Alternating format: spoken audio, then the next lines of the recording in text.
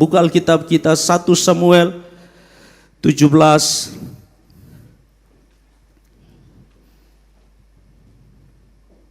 ayat yang ke-22 sampai 24,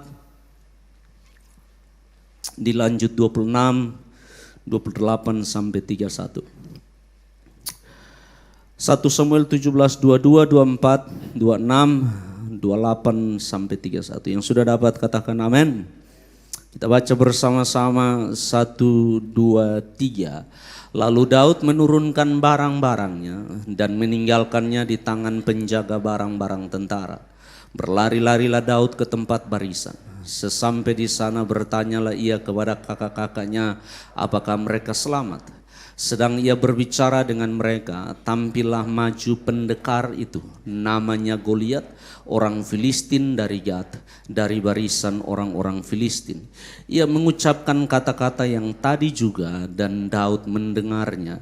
Ketika semua orang Israel melihat orang itu, larilah mereka daripadanya dengan sangat ketakutan. 26, lalu berkatalah Daud kepada orang-orang yang berdiri di dekatnya, apakah yang akan dilakukan kepada orang yang mengalahkan orang Filistin itu dan yang menghindarkan cemooh dari Israel? Siapakah orang Filistin yang tak bersunat ini sampai ia berani barisan daripada Allah yang hidup? Ketika Eliab kakaknya yang tertua mendengar perkataan kepada orang-orang itu, bangkitlah amarah Eliab kepada Daud sambil berkata, mengapa engkau datang dan pada siapakah kau tinggalkan kambing domba yang 2-3 ekor itu di padang gurun? Aku kenal sifat pemberanimu dan kejahatan hatimu. Engkau datang kemari dengan maksud melihat pertempuran. Tetapi jawab Daud, apa yang telah kuperbuat? Hanya bertanya saja. Lalu berpalinglah ia daripadanya kepada orang lain dan menanyakan yang sama. Dan rakyat memberi jawab kepadanya seperti tadi. 31, terdengarlah kepada orang perkataan yang diucapkan oleh Daud. Lalu diberitahukanlah kepada Saul dan Saul menyuruh memanggil dia. Puji Tuhan, silakan duduk. Salam Bapak Ibu Saudara. Apa kabar? Luar biasa, puji Tuhan, senang bisa ada kembali di tengah-tengah jemaat Tuhan. 1 minggu kami ada di Alor, terima kasih buat doa dari semua jemaat, dukungan dari semua jemaat. Pelayanan di Alor berjalan dengan baik, kemuliaan hanya bagi Tuhan. Yang percaya bilang, amin. Kita masuk seri yang kedua di bulan Oktober ini, yaitu Rencana Allah. Sama-sama 1, 2, 3, Rencana Allah. Saya akan bawa saudara untuk belajar tentang rencana Allah. Saya tidak akan ulang seri yang pertama. Ada CD di depan, saudara bisa dapat, bisa beli, bisa belajar bersama-sama supaya kita on the same page, kita mengerti hal yang sama. Hari ini kita maju ke seri yang kedua, rencana Allah. Akan 3 hal yang kita bahas. Yang pertama beban dan panggilan, yang kedua respon, yang ketiga iman. Sama-sama 1, 2, 3, beban dan panggilan, respon dan iman. Kita mulai dengan sebuah cerita. 1947, mari Kak Iman. Dr. Bob Pierce, dia bilang begini, let my heart be broken with the things that break the heart of God. Dia bilang begini, tetap di situ, biarlah hati saya dihancurkan dengan hal-hal yang menghancurkan hati Allah. Nah, saudara mungkin tidak kenal Bob, saya juga tidak kenal dia.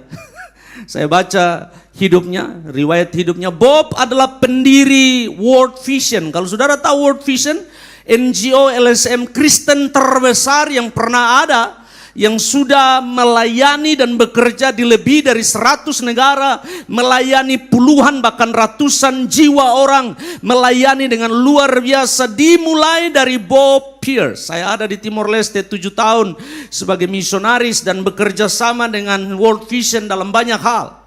Tapi saya ingin saudara dengar ceritanya bagaimana sampai World Vision lahir. 1947 Bob adalah misionaris yang dikirim oleh Youth for Christ. Badan Misi Youth for Christ mengirim Bob ke Korea Selatan dan Cina. Bob memilih pergi ke Korea Selatan. Waktu itu ada perang di sana dan Korea Selatan dalam keadaan hancur. Bob berjalan-jalan di jalan kota Seoul. Di pinggir jalan dia melihat banyak anak-anak yatim piatu, banyak orang terlantar, banyak orang yang mengalami dampak langsung dari perang dan menderita. Dan Tuhan bicara kepada Bob, engkau harus buat sesuatu, you need to do something. Waktu itu uang di saku Bob hanya ada $5. Kita bulatkan saja 50.000, kalau satu kurs 10.000, sekarang satu kurs 14.000 mungkin. Sekitar situ kita bulatkan 50.000. Hanya ada uang $5 di sakunya. Dia tidak bisa buat apa-apa. Tapi Tuhan taruh beban itu. Dia pulang, dia tidak bisa tidur. Bayangan wajah dari anak-anak itu terus menghantui dia. Mereka lapar, mereka menderita, mereka tidak ada makan, mereka terputus dari keluarga, rumah mereka hancur. Dan itu mengganggu Bob. 3 tahun dia coba redam suara itu, tidak bisa. 1950, dari 47 sampai 50 dia bilang I quit, saya pulang, saya kembali ke Amerika. Sampai di Amerika 1950 dia buka apa yang disebut World Vision. Tujuannya adalah menolong, memberkati, mensupport orang-orang yang sedang ada dalam penderitaan. Waktu saya baca, dia World Vision adalah punya kapal pertama yang menolong waktu perang Vietnam dan orang Vietnam lari, semua orang tidak berani tolong, World Vision yang masuk duluan. Bapak Ibu Saudara, saya ingin saudara belajar satu hal. Kalau Tuhan mau bawa saudara di dalam rencananya, dia selalu mulai dengan apa yang disebut beban. Yang percaya bilang amin. Beban yang ada di hati saudara, kalau disikapi baik-baik, dia bernama panggilan. Panggilan itu akan membawa saudara kepada destiny, tujuan hidup saudara. Nah, oleh karena itu Bapak Ibu Saudara, jangan sepelekan apa yang disebut beban yang Tuhan bicara di hati saudara.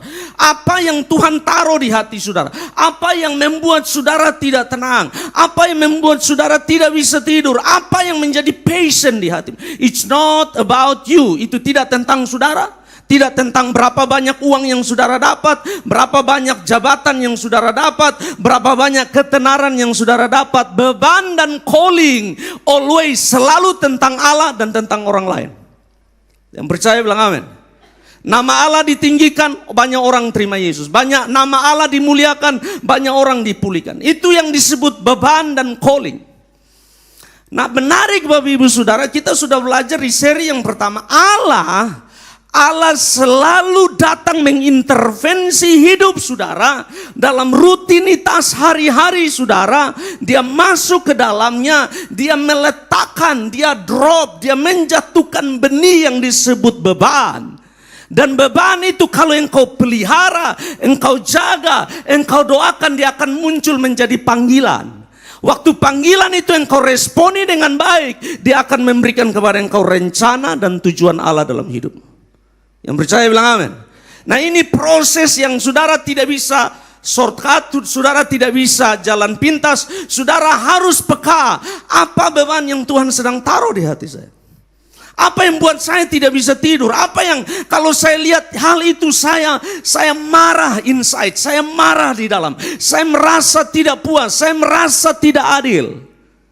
Kalau itu terus ada dan waktu engkau lihat ke belakang itu track hidupmu, kecenderungan Allah sedang mau bawa hidup saudara ke satu arah yang lebih besar. Yang percaya bilang amin. Itu yang terjadi dengan Daud. Sebelum kita baca ayat 22, Daud hanyalah seorang anak gembala. Dia gembala, dia suka dengan pekerjaannya sebagai gembala. Kakak-kakaknya wamil, wajib militer ada di sana, semua perang.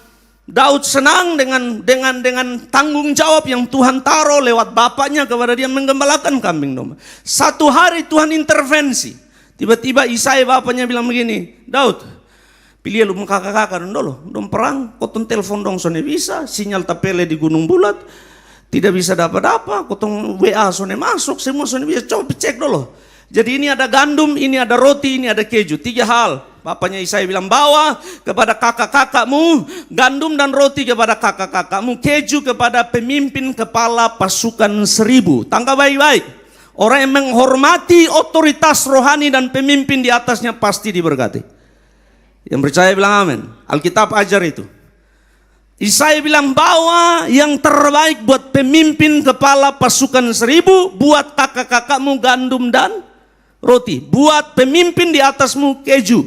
Nah Bapak Ibu Saudara, waktu Daud jalan, Daud hanya ingat, bapaknya bilang gini, ingat pergi cek apakah mereka selamat, yang pertama. Yang kedua, bagaimana keadaan mereka. Yang ketiga, bawa pulang satu tanda bagi saya. Itu yang bapaknya pesan. Bapaknya bilang begini, pergi cek keadaan mereka, apakah mereka selamat. Yang ketiga, pulang bawa tanda. Nah Bapak Ibu Saudara, itu hal yang biasa. Di dunia waktu itu hal yang biasa. Saudara tahu waktu Yusuf dikhianati dan bilang dia sudah mati, apa tanda yang dibawa kepada Yakub? Jubahnya yang berlumuran darah. Itu sudah biasa. Itu praktek yang lumrah di sana. Kita tidak ada telepon waktu itu, belum ada teknologi. Jadi untuk memastikan sesuatu terjadi mereka butuh tanda. Jadi Yesaya bilang bawa tanda kepada saya, apakah kakak-kakakmu selamat, apakah mereka baik-baik saja, dan bawa tanda. 3. Lalu Daud bilang, ecek-ecek, biasa ini, tenang, saya jalan. Bangun pagi-pagi, Daud mulai ambil dia punya gandum, ambil semua, dia jalan. Alkitab berkata, waktu Daud sampai di medan perang, pas hari itu mereka lagi baris mau perang. Nah Bapak Ibu Saudara, zaman dulu perang bukan seperti sekarang. Zaman dulu kalau perang mereka tiup trompet, lalu semua orang baris. Setelah baris tunggu komando dari panglima. Kalau panglima angkat perang berarti perang. Kalau sore berdiri sampai sore. Lalu sampai sore panglima bilang, bepa malas, perusaki, besok sah, bubar. Masuk di kemah, pesta-pesta lagi, coba. Sekarang kotong bolom angka kepala, batu sudah datang. Kotong perang, kosong perang, batu sudah datang. Nah Bapak Ibu Saudara, waktu itu tidak. Jadi waktu Daud tiba, barisan sudah diatur, orang Israel sudah berdiri kemungkinan pagi-pagi, dan waktu dia tiba, dia tahu barisan sudah diatur, dia tanya, "Bung Kakak di mana?" "Oh, Bung Kakak di paling muka sana." Dia tinggi besar, dia ada di muka sana. Oh begitu, dia kasih tinggal barang-barang, dia lari mendapatkan siapa? Kakak-kakaknya, ayat 22, betul ya? Dia lari mendapatkan kakak-kakaknya ke barisan. Waktu dia lagi tanya, kakak apa kabar tos? Kakak bilang, lu jangan tos, biar pegang tombak, ini tombak jatuh lagi, bos, lihat di sana lu nih. Karmana, baca cerita, Karmana kakak baik kok. Baca tiba-tiba Alkitab berkata, tiba-tiba dari seberang berdirilah Goliat dan dia mulai eki. Tahu eki? Kalau saudara tidak tahu, saya akan kasih kenal setelah gereja ini. Dia mulai bataria. Goliat mulai teriak dari sana, "Woi, bangsa Israel, di mana Allahmu? Di mana Allahmu?" Pengecut, penakut. Dia mulai mencemooh mereka, dia mulai menghina mereka, dia mulai mengatakan perkataan-perkataan yang tidak baik terhadap bangsa Israel. Alkitab bilang, waktu mendengar hal itu, Bapak Ibu Saudara, semua orang lari. Ayat 24. Ketika semua orang Israel melihat orang itu, larilah mereka daripadanya dan sangat apa? Sangat ketakutan. Tapi Tuhan menempatkan Daud tepat di musim itu, sebab Tuhan sedang mengubah arah hidup Daud masuk dalam rencananya. Jangan pernah sepelekan hal-hal sepele, hal-hal sederhana, tugas-tugas sederhana, sebab di dalamnya Tuhan sedang mengalihkan arah hidup saudara masuk dalam rencananya. Yang percaya bilang, kalau itu hari Daud bilang beson pi, memparusaki, makan RW terlalu banyak. Bapak cari orang lain sah, siapa? Nue suruh Nue pi naik GL Prokop suruh pi. Tapi hari itu Daud bilang, saya akan pergi. Nah Bapak Ibu Saudara, waktu Daud tiba di sana, suara yang datang, input data, fenomena, peristiwa yang datang, ternyata itu melahirkan sesuatu di hati Daud. Alkitab bilang Daud langsung marah. Daud langsung merasa tidak puas. Daud langsung bilang, ini bayi ngau siapa ini? Alkitab bilang orang tidak bersunat ini siapa dia ini? Orang kafir ini. Siapa dia sampai bisa menghina barisan tentara Allah, bisa menghina nama Allah? Saudara tahu, dari semua pasukan termasuk Saul lari, Daud yang maju. Ibu saudara, waktu beban dan panggilan Allah di hidup saudara, saudara tidak takut akan apapun. Yang percaya bilang amin. Kenapa saudara tahu itu datang dari Tuhan? Yang percaya bilang amin. Nah Bapak Ibu Saudara, Daud maju, lalu Daud tanya, kenapa? Ini satu siapa? Lu tahu dia Facebook profil mana? Coba lihat dulu. Mbak Ingau tadi malam dia dimantasi. Hai, dia main di lojor. Dari Mantasi, dia ada main di TDM.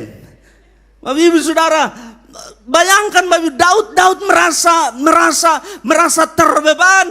Panggilan Allah mulai langsung masuk di hati Daud. Kenapa bukan Goliatnya? Perkataan Goliatnya membuat Daud tidak tenang. Cemooh dari Goliat yang membuat Daud tidak suka. Nama Allah direndahkan, umat Allah diturunkan, kekudusan dipermainkan, ketidakadilan sedang terjadi, intimidasi sedang terjadi. Daud tidak suka. Ternyata ketidaksukaan itu adalah benih yang Tuhan taruh sebab nanti dia jadi raja bangsa Israel. Beban melahirkan panggilan, panggilan diresponi baik-baik melahirkan rencana Allah di hidup saudara. Yang percaya bilang, yang percaya bilang. Daud langsung tidak nyaman. Daud langsung merasa ini tidak benar. Kenapa ini terjadi?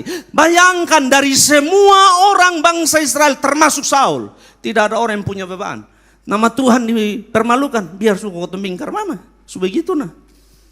Gereja dipermainkan, kau biar su. Ketidakadilan tidak ada, kau biar su. Kaum marginal dipermainkan, kau biar su. Tidak bisa begitu, saudara. Saudara harus berdoa dan mengizinkan Tuhan menaruh beban di hati saudara. Apa yang harus saudara lakukan, itu calling saudara. Yang percaya bilang, yang percaya bilang.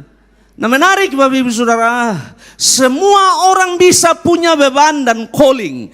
Tapi langkah berikutnya adalah respon. Respon menentukan calling saudara, beban saudara jadi atau tidak. Amin. Calling, respon. Nah menarik Bapak Ibu Saudara, di dalam respon ada dua jenis. Respon aktif, respon apa Pak? Pasif. Apa itu pasif? Pasif adalah gagal mencoba. Sama dengan pasif, sama dengan masa bodoh, sama dengan tidak peduli, sama dengan tidak inisiatif.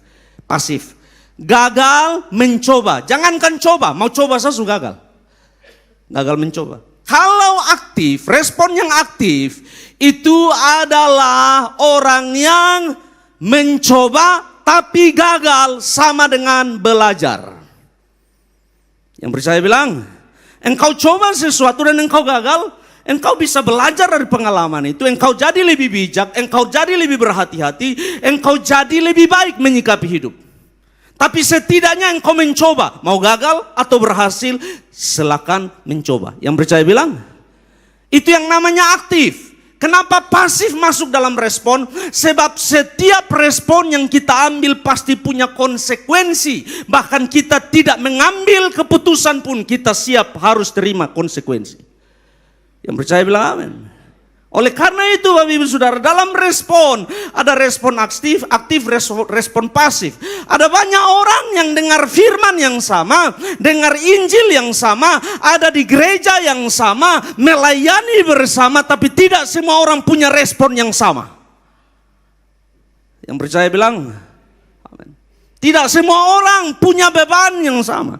Tidak semua orang punya calling yang sama. Tidak semua orang membiarkan Tuhan drop, memasukkan benih itu dan stir up, mengganggu hati orang itu untuk a better calling, untuk sebuah panggilan yang lebih baik, untuk sebuah panggilan yang lebih tinggi. Yang percaya bilang amin. Nah Bapak Ibu Saudara, dari respon aktif terbagi dua. Jadi aktif, pasif. Aktifnya sendiri terbagi dua. Yang pertama reaksi, yang kedua proaktif. Reaksi adalah sikap spontan meresponi sesuatu secara cepat tanpa memikirkannya terlebih dahulu. Langsung reaksi. Saudara dengar sesuatu langsung bereaksi. Saudara terima sesuatu langsung bereaksi. Saudara dapat sesuatu, saudara langsung bereaksi. Apa saja itu yang namanya sebuah respon spontan tanpa memikirkan dampak, tanpa memikirkan langkah-langkah, tanpa menimbang-nimbang, itu disebut reaksi. Proaktif adalah tindakan yang dipikirkan, langkah-langkah yang dipikirkan, direnungkan, didoakan, direncanakan, dipikirkan, diolah dengan baik untuk menjadi sebuah langkah-langkah tahapan yang akan menghasilkan sesuatu yang lebih baik. Disebut proaktif. Kenapa saya angkat ini? Saudara, saya akan tunjukkan di ayat ini. Seluruh bangsa bereaksi, hanya Daud yang proaktif. Seluruh bangsa begitu dengar suara itu datang, apa yang mereka lakukan? Coba lihat ayat 20 berapa tadi? 24. Ketika semua orang Israel melihat orang itu, larilah mereka dari depannya dengan sangat apa? Reaksi. Reaksi itu Bapak Ibu Saudara menghabiskan energi saudara. Reaksi membuat saudara kalang kabut. Reaksi tidak menghasilkan apa-apa. Reaksi hanya melemahkan saudara. Proaktif memfokuskan energi saudara kepada sesuatu yang lebih efektif, efisien untuk hasil jangka panjang lebih baik. Yang percaya bilang, beda dengan Daud. Waktu Daud dengar itu berita datang, dia dengar itu suara, dia lihat atmosfer ketakutan, ancaman, tekanan yang terjadi. Alkitab berkata Daud langsung bikin proaktif. Apa yang dia lakukan? Sudah lihat ayat yang ke-20 berapa tadi? 26. Lalu berkatalah Daud kepada orang-orang yang berdiri, apakah yang akan dilakukan terhadap orang yang mengalahkan orang Filistin itu? Dia mengilang cemooh dari Israel. Yang kedua, siapakah orang Filistin yang tak bersunat itu sampai ia berani mencemooh barisan daripada Allah yang hidup? Daud mulai pikir apa yang akan dilakukan kepada orang yang bisa tutupin satu pemulut. Kenapa? Sebab Daud bukan pasukan. Daud bilang kalau tiba-tiba ambil lembing, ambil tombak, pakai pakaian, jalan pijang, jangan kawan di belakang noin tombak bale beta. Karena saya bukanlah pasukan. Jadi dia tanya kira-kira kalau ada orang yang bisa kasih diam ini Mbak Engau pemulut, apa yang akan dilakukan kepada dia? Dia mulai pikir langkahnya. Bagaimana caranya supaya kita bisa kasih berhenti dia pemulut dari bawah omong? Bagaimana caranya supaya cemooh, supaya hinaan, supaya serangan ini berhenti? Bagaimana caranya? Itu yang ada di pikiran Daud. Bagaimana caranya untuk menang? Bagaimana caranya untuk mengatasi masalah ini? Respon saudara menentukan saudara naik atau saudara turun. Respon saudara menentukan saudara dewasa atau biasa saja. Bapak Ibu Saudara, di dalam kehidupan orang Kristen hal respon dan proaktif menjadi hal yang biasa. Ada orang yang dengar firman yang dia lakukan hanya respon. Tapi ada orang yang dengar firman dan yang dia lakukan adalah proaktif. Yang percaya bilang amin. Apa yang harus saya lakukan supaya saya jadi lebih baik? Apa yang harus saya lakukan supaya firman Allah dan mujizat Allah terjadi di hidup saya? Apa yang harus saya lakukan supaya pemulihan terjadi bagi hidupku dan keluargaku? Apa yang harus saya lakukan? Bagaimana saya terlibat? Bagaimana apa yang bisa saya perbuat? Proaktif. Yang percaya bilang, reaksi akan menghabiskan energi saudara. Reaksi akan menghabiskan tenaga saudara. Proaktif memfokuskan diri saudara kepada solusi. Yang percaya bilang amin. Belajarlah jadi orang Kristen yang tidak reaktif tapi proaktif. Yang percaya bilang amin. Jangan lihat pelayanan lalu bereaksi. Saudara hanya bereaksi tapi saudara tidak buat apa-apa. Tidak perlu. Dalam pelayanan saudara harus proaktif. Yang percaya bilang terlibat, lakukan sesuatu. Gereja sedang membangun, apa yang harus saya lakukan? Yang percaya bilang jangan reaksi, doilai. Bapak Ibu Saudara, kalau saudara tidak mau memberi tidak apa-apa. Tuhan bisa pakai siapa saja untuk memberkati pekerjaan Tuhan. Yang percaya bilang amin. Nah, Bapak Ibu Saudara, hati-hati dengan sikap saudara bereaksi terhadap sesuatu. Kalau engkau bereaksi, panggilan yang Tuhan taruh di hidup saudara sebenarnya bertujuan mengangkat iman saudara, ternyata tidak berhasil sebab engkau menyikapinya dengan reaksi.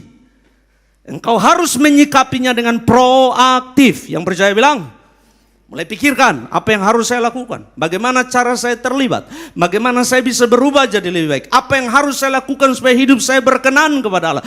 Proaktif. Itu yang Daud lakukan. Daud proaktif. Daud terlibat. Daud merasa bahwa ini yang harus Tuhan lakukan dalam hidupnya. Dan dia marah waktu dia lihat ada orang yang mencemooh nama Allah. Daud marah. Beban dan panggilan harus diikuti dengan respon yang benar. Yang percaya bilang, Gereja Sitri Pemulihan Kupang dirintis 2014, 14 Desember dengan 14 orang.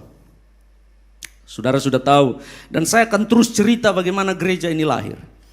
Saya ada di Singapura, Bapak Ibu Saudara, dan saya apply untuk studi doktor saya di Amerika. Saya dapat 2 universitas dengan 2 full scholarship. Sudah selesai semua, kita sudah ada tiket di tangan. Pulang ke Kupang hanya pamit keluarga. Saya datang Kupang hanya mau pamit orang tua bahwa kami akan pergi ke Amerika untuk studi. Orang tua tahu bahwa kami datang hanya untuk pamit.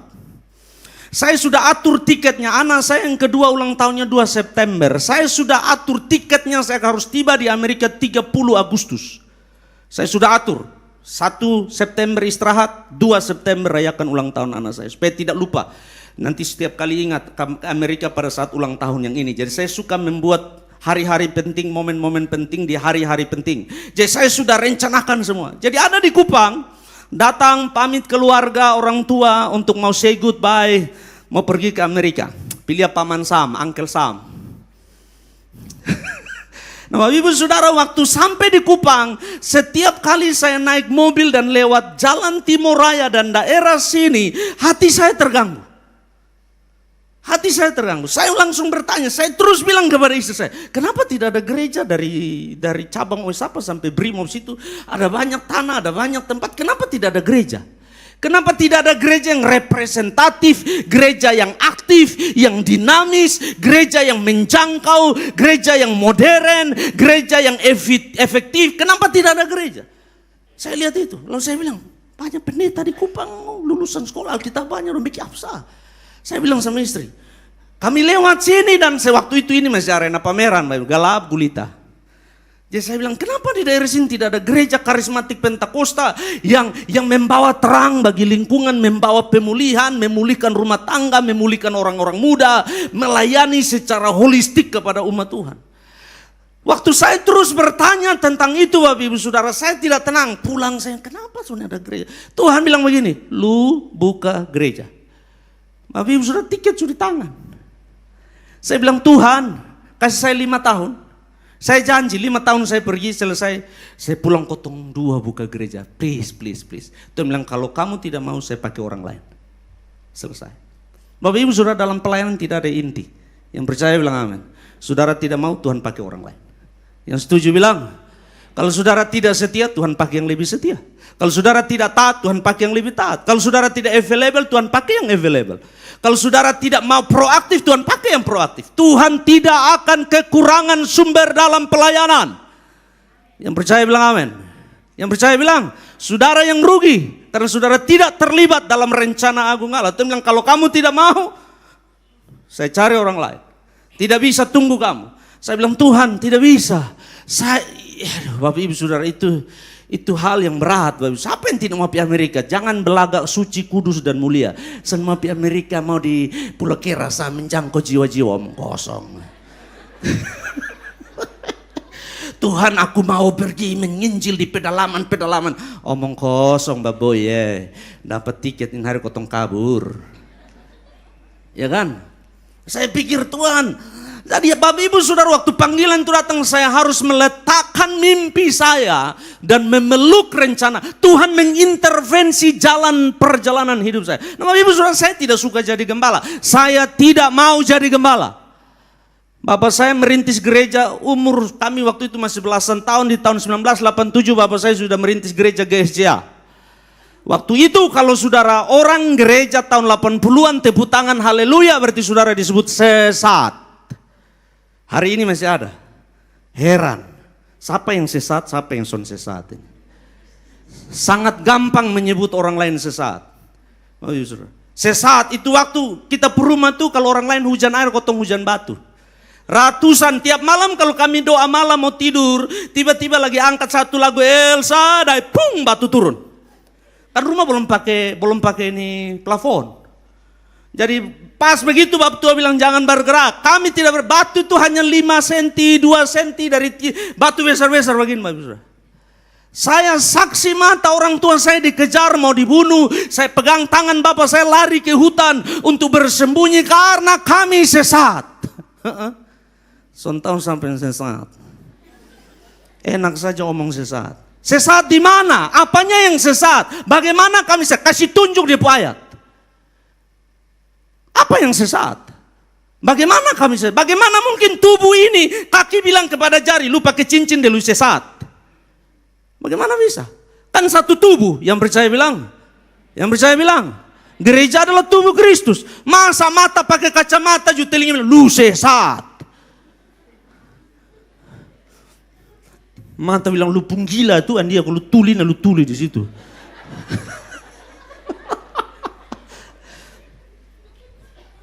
Masa potong rambut kasih rapi-rapi perut bilang, weh rambut sesat lu. Ada taruh bye-bye di situ, lebih taruh les 2 di situ, sesat. Bagaimana bisa tubuh ini saling berperang dan bilang sesat? Sedangkan Alkitab bilang kita adalah tubuh Kristus, hanya satu kepala. Yang percaya bilang. Yesus bilang mana? Alkitab bilang tidak mungkin seluruh tubuh adalah mata, seluruh tubuh adalah mulut, seluruh tubuh adalah telinga. Kalau ada gereja lain berbeda dengan kita, tidak berarti dia sesat. Kita harus omong ini bareng. Tidak berarti dia sesat. Karena kita tidak ikut liturgi, tidak sesuai dengan saudara, kotong tepuk tangan, angkat tangan lalu sesat. Apanya yang sesat? Di mana dia pun sesat? Apa dia pun ayat? Jangan hanya omong. Kasih tunjuk dia pun ayat. Oh dong haleluya. Di haleluya sana di Alkitab, haleluya sah. We don't pakai lampu. Nah, dia kotong pakai TOX sah. Nah, tak usah pakai mic, tak usah pakai keyboard, semua duniawi itu. Tak usah pakai speaker, tidak usah pakai sepatu juga tidak dibikin untuk ke gereja. Tidak usah pakai. Dong lampu mati hidup. Baru kalau dong menyembah Tuhan, tahu kenapa dong kasih mati lampu semua. Untung kok ada salib, kalau Sony tahu itu gereja kok Sony. Aduh.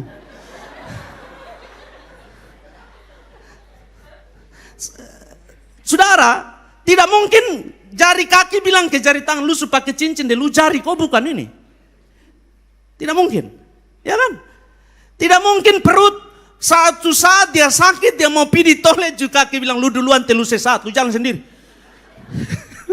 Perut bilang, lu sebentar teh kotor surame di sini kan dia turun pilu yang bahasa duluan. Hai. Lebih lu antar kok dia jebol. Teh kalau dia jebol lu jurasa. Iba Pak Gembala jorok, lebih jorok daripada sesat toh. Nah, ibu saudara bayangkan, dengan gampangnya kita menilai orang lain sesat, orang lain tidak benar, kita bereaksi dan tidak proaktif, sedangkan jiwa-jiwa hilang, rumah tangga hancur, generasi muda hilang, narkoba di mana-mana, LGBT di mana-mana, hal dosa sedang terjadi, kita tidak melayani, yang kotong urus merek gereja dan sesat. Yang percaya bilang, amin. Jangan, ada yang datang, saya tahu ada jemaah yang datang gereja sini, lu jam itu gereja saya sesat. Di pundara junai itu. Oh ini yang benar aja, apanya yang sesat? Kasih tunjuk di ayat di mana sesat. Saya siap jawab saudara, kasih tunjuk di mana dia sesat.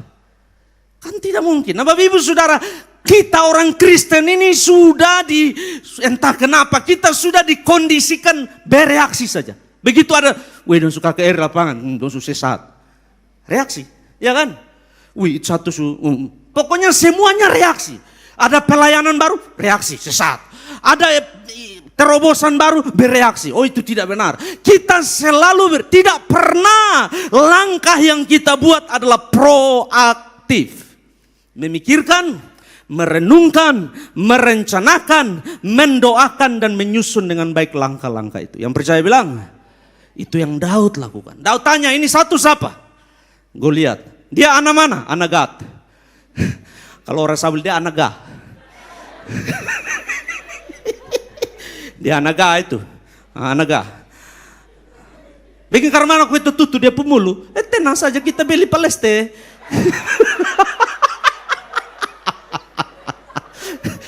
peleste dia pemulu tuh.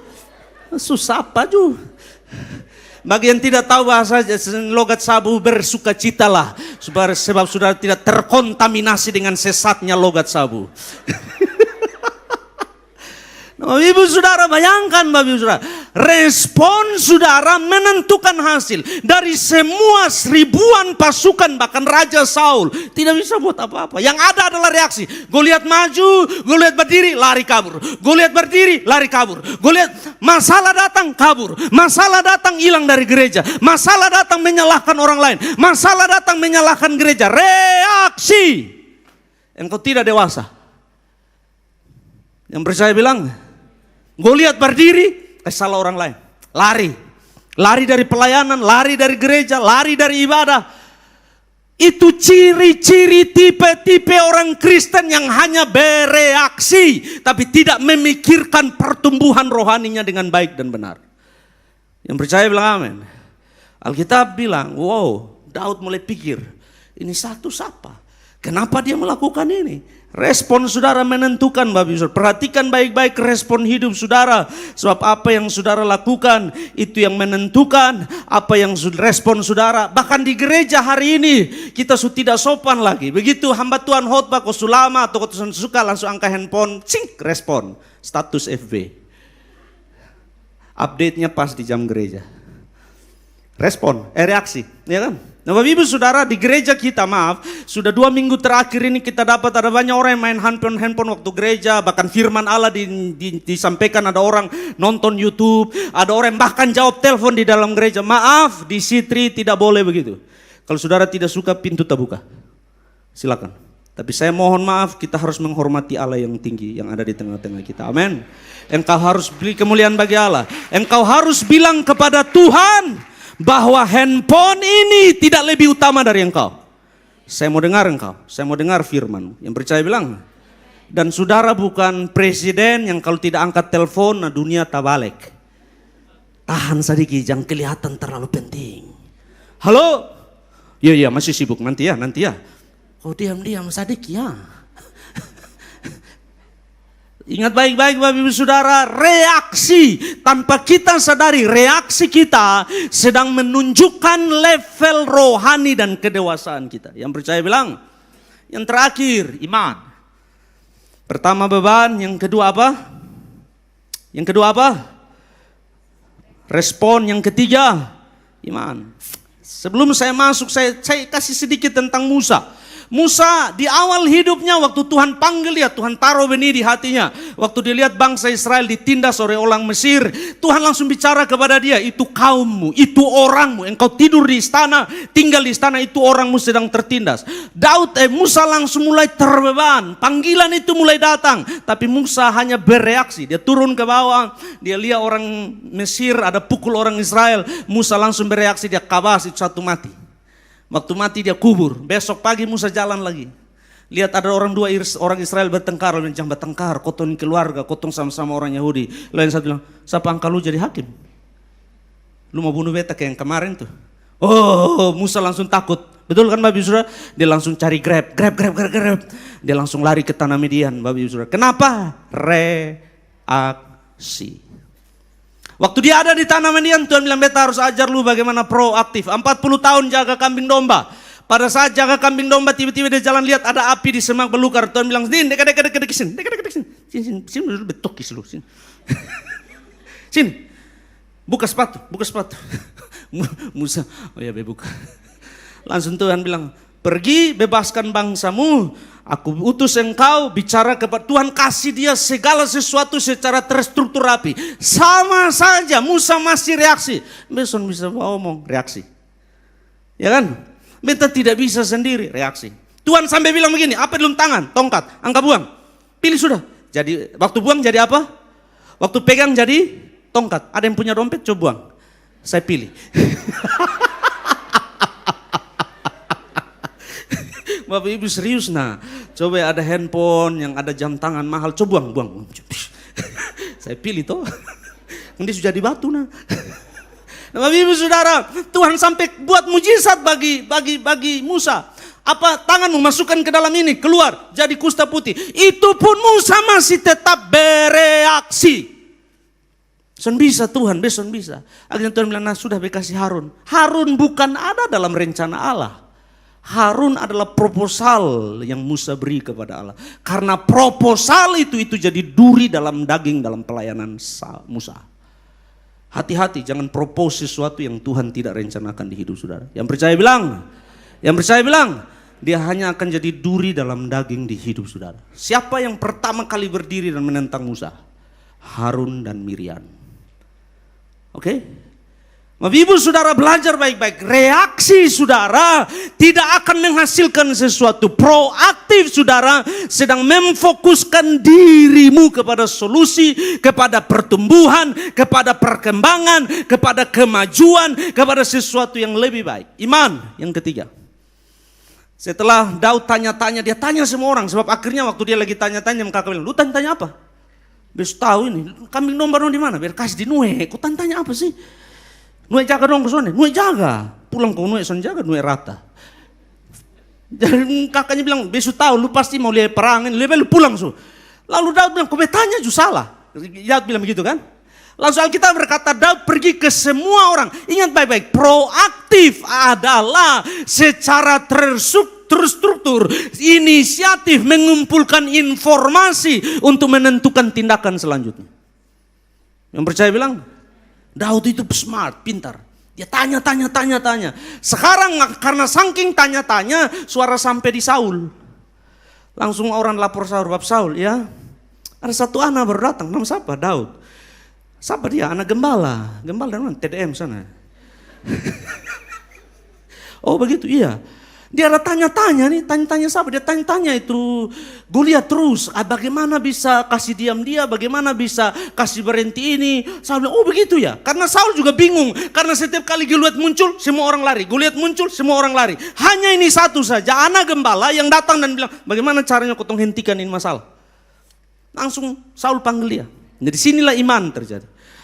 Saul panggil dia, ayat yang ke-34. Tetapi Daud berkata kepada Saul. Jadi Saul panggil dia lalu tanya dia, "Karena mana bos? Lu bisa," sebelum kita baca ayat itu. Saul tanya, "Ingat Goliat ini bukan domba. Lu biasa main dengan domba toh? Ini bukan domba. Ini badak kawan. Lu dia tonggo salu ini lu bentulang nontal pas." Su tahu, yang pertama dia bukan domba. Yang kedua dia sama kayak lu. Dia training, latihan, dia pendekar dan dia luar biasa. Nah lihat jawaban Daud, luar biasa. Lihat ayat 34. Tetapi Daud berkata kepada Saul, hambamu ini apa? Biasa. Sama-sama 1, 2, 3, biasa. Menggembalakan kambing domba ayahnya. Apabila datang singa atau beruang yang menerkam seekor domba dari kawanannya, maka aku mengejar, menghajar, melepaskan. Kalau dia berdiri menyerang, aku tangkap, aku hajar, aku bunuh. Wow, proaktif. Daud tidak pernah kaget dengan masalah. Daud selalu proaktif. Dia tidak pernah bereaksi. Woi, ada beruang datang, kabur. Sonde. Daud bilang datang. Nah persoalannya itu latihan yang Daud tidak tahu. Tuhan sedang melatih Daud. Ingat baik-baik, beruang dan singa yang Tuhan kirim di hidupmu sedang melatih engkau untuk bisa melawan Goliat. Yang percaya bilang amin. Kalau engkau tidak menang dan menyikapi dan meresponi baik-baik beruang dan singa yang datang di hidupmu, kecenderungan engkau berdiri di hadapan Goliat dan ketakutan. Sebab engkau belum lulus latihan. Yang percaya bilang, amin. Jadi tiap hari Daud latihan. Jadi kalau Daud sudah lepas kambing domba dari rumah, beruang dan singa sudah mulai stres. Karena hari latihan mah. Jadi kalau Daud sudah jalan tuh dia WA, lu tunggu beta di gang. Dia WA singa, lu tunggu. Ini kan lu mau serang dari mana? Karena pasti singa bilang besok ini mau pi, ma bab tuh dia lu pi kau lu mati. Nah singa bilang, beson pi mati. Bepi ju mati. Kau itu bab tua, dia paling musuh dan janggut. Sudah lihat ayatnya? Coba lihat ayatnya. Maka aku mengejar, menghajar, melepaskan domba itu dari mulutnya ke mulut. Apa dia berdiri menyerang aku apa? Menangkap apa? Hati-hati yang pakai janggut tuh. Daud dapat lihat saudara rata. Yang ada janggut dong, hati-hati di sini kau tuh ada Daud nah. Dia dapat lihat saudara, dia smack saudara. Dia pikir beruang sudah datang, ini beruang satu, macam kaki dua, biar sudah banting sendiri. Maka aku menangkap janggutnya lalu menghajarnya dan apa? Setiap hari bagi Daud itu hanya masalah, bagi Tuhan itu training. Yang percaya bilang, ubah cara pandang saudara. Jangan, masalah lagi, aduh masalah. Sedangkan dari surga mau saudara meresponi, puji Tuhan ada masalah, saya bertumbuh.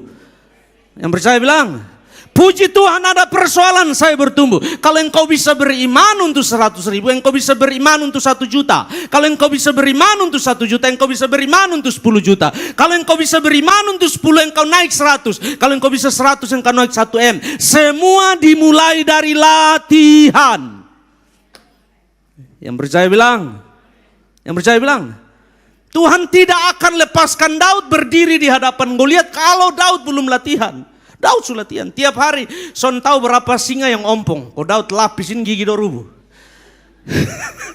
Jadi besok kalau Daud mau pergi di padang, kau mau lepas domba, dia WA ya nih singa dong. Bosong siapa lah yang belum ompong. Langsung bilang, mak bisa. Tiba-tiba tua kalau rawa amin kutum janggut tuh dison lepas. Bapak Ibu Saudara, beruang dan singa sangat takut kepada Daud. Daud tiap hari latihannya sama singa dan beruang. Bapak Ibu Saudara, masalah yang Tuhan izinkan di hidupmu melatih engkau dewasa. Yang percaya bilang amin. Melatih engkau bertumbuh, melatih engkau cinta Tuhan, melatih engkau taat, melatih engkau setia. Sehingga waktu Goliat berdiri, engkau tidak lari.